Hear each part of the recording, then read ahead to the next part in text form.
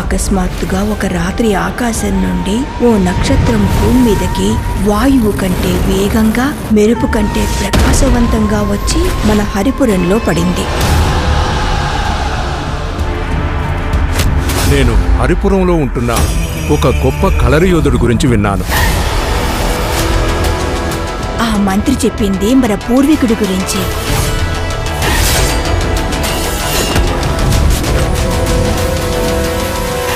అలాంటి దొంగ నా కొడుకుల వల్ల మన ఊరి పరువంతా మట్టి కొట్టుకుపోతుంది. ఆడు ఎట్టించైనా రావచ్చు, ఒక కన్నేసుంచో. దొంగ నాయ, ఈసారి తప్పించుకోకూడదు. అవసరమైతే చంపేయండి.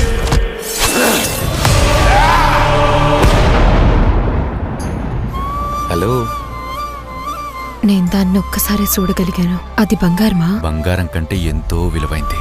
నీలాగే నీకోసం ఏమైనా చేద్దానే. మీ తాత అసలు ఎప్పుడు ఎలా ఉంటాడో ఆడికే తెలీదు.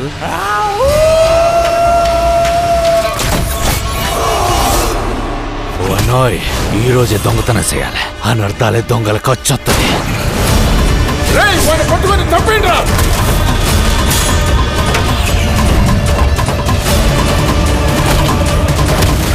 ఎన్నుండి గర్భగుడి తలుపులు తెరిచిన వెంటనే నన్ను కూడా తాతలాగే దొంగ అంటారు.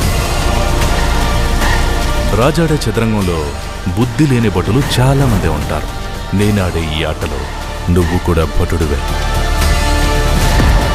అర్ధరాత్రులు దొంగతనంగా ఇళ్లలోకి రావటం నీ రక్తంలోనే ఉందని నాకు తెలుసు.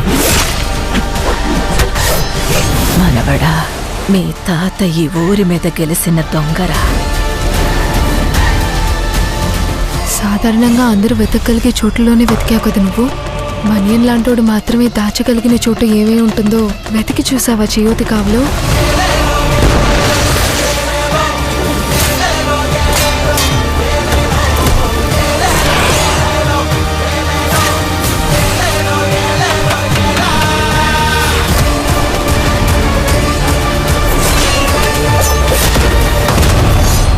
ఇప్పుడు చెప్పరా పోలీసు, దొంగ ముందా పోలీసు ముందా ఎవరు ముందో?